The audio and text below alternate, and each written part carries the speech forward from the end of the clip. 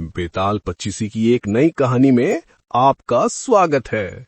विक्रम कंधे पर बेताल को उठाए जंगल में बढ़ रहा है और बेताल शुरू करता है एक नई रहस्यमयी कहानी, जिसका अंत होगा एक ऐसे कठिन प्रश्न से जिसका उत्तर दिए बिना विक्रम रह नहीं पाएगा। आइए सुनते हैं कहानी, सबसे ज्यादा पुण्य किसका। वर्धमान नगर में रूपसेन नाम का राजा राज करता था। एक दिन उसके यहाँ वीरवर नाम का एक राजपूत नौकरी के लिए आया। राजा ने उससे पूछा कि उसे खर्च के लिए क्या चाहिए, तो उसने जवाब दिया, 1000 तोले सोना। सुनकर सबको बड़ा आश्चर्य हुआ। राजा ने पूछा, तुम्हारे साथ कौन कौन है? उसने जवाब दिया, मेरी स्त्री, बेटा और बेटी।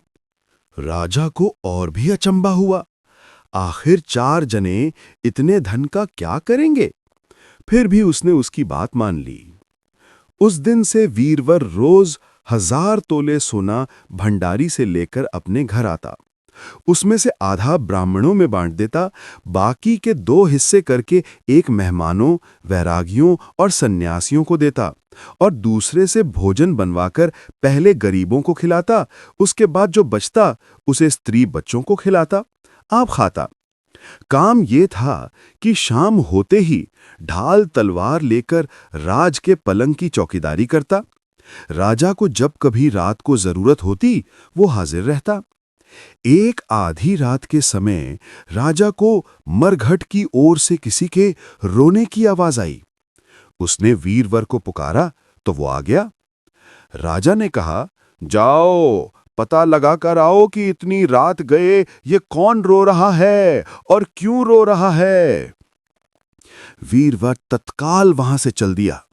मरघट में जाकर देखता क्या है कि सिर से पांव तक एक स्त्री गहनों से लदी कभी नाचती है, कभी कूदती है और सिर पीट पीट कर रोती है, लेकिन उसकी आंखों से एक बूंद आंसू की नहीं निकलती। वीरवर ने पूछा, तुम कौन हो, क्यों रोती हो?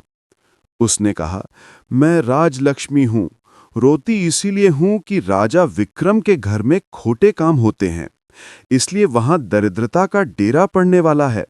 मैं वहां से चली जाऊंगी और राजा दुखी होकर 1 महीने में मर जाएगा। सुनकर वीरवर ने पूछा, इससे बचने का कोई उपाय है? स्त्री बोली, हां है। यहां से पूरब में 1 योजन पर एक देवी का मंदिर है। अगर तुम उस देवी पर अपने बेटे का शीश चढ़ा दो तो विपदा टल सकती है। फिर राजा 100 बरस तक बेखटके राज करेगा। वीरवर घर आया और अपनी स्त्री को जगाकर सब हाल कहा। स्त्री ने बेटे को जगाया, बेटी भी जाग पड़ी। जब बालक ने बात सुनी तो वो खुश होकर बोला, आप मेरा शीश काटकर जरूर चढ़ा दें। एक तो आपकी आज्ञा, दूसरे स्वामी का काम, तीसरे ये देह देवता पर चढ़े, इससे बढ़कर बात और क्या होगी? आप जल्दी करें। वीरवर ने अपनी स्त्री से कहा, अब तुम बताओ। स्त्री बोली, स्त्री का धर्म पति की सेवा करने में है। निदान 4 जने देवी के मंदिर में पहुंचे। वीरवर ने हाथ जोड़कर कहा, हे देवी, मैं अपने बेटे की बलि देता हूं। मेरे राजा की 100 बरस की उम्र हो। इतना कहकर उसने इतने जोर से खांडा मारा कि लड़के का शीश धड़ से अलग हो गया।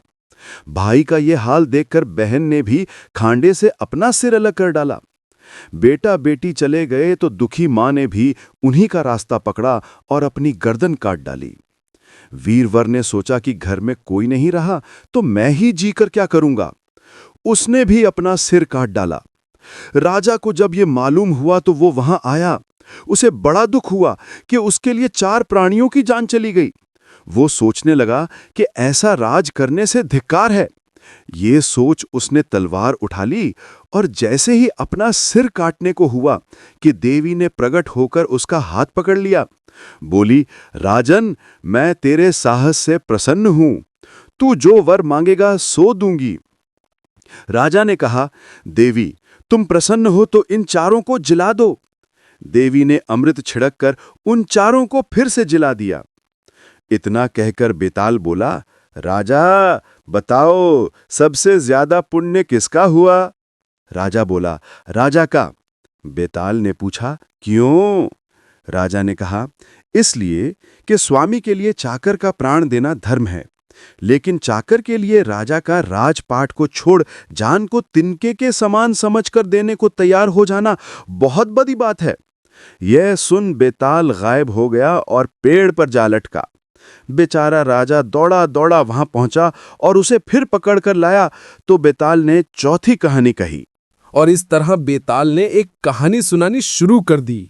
कौन सी नई चुनौती, कौन सा नया सवाल विक्रम के सामने आएगा, ये आप जान पाएंगे हमारी अगली कहानी में। तो बने रहिए हमारे साथ और देखिए बेताल पच्चीसी की अगली रोचक दास्तान सिर्फ अगले वीडियो में। दोस्तों, आपको ये सीरीज कैसी लग रही है, इसको कमेंट्स में जरूर बताएं। आपके लाइक और कमेंट्स हमें मोटिवेट करते हैं नए नए इंटरेस्टिंग वीडियो बनाने के लिए। और हाँ, चैनल को सब्सक्राइब करना ना भूलें ताकि आपका कोई भी वीडियो मिस ना हो। बेल आइकन पर भी क्लिक करें ताकि आपको सबसे पहले नोटिफिकेशन मिले नए वीडियो का। मिलते हैं अगले वीडियो में, तब तक के लिए प्यार भरा नमस्कार। खुश रहिए, स्वस्थ रहिए।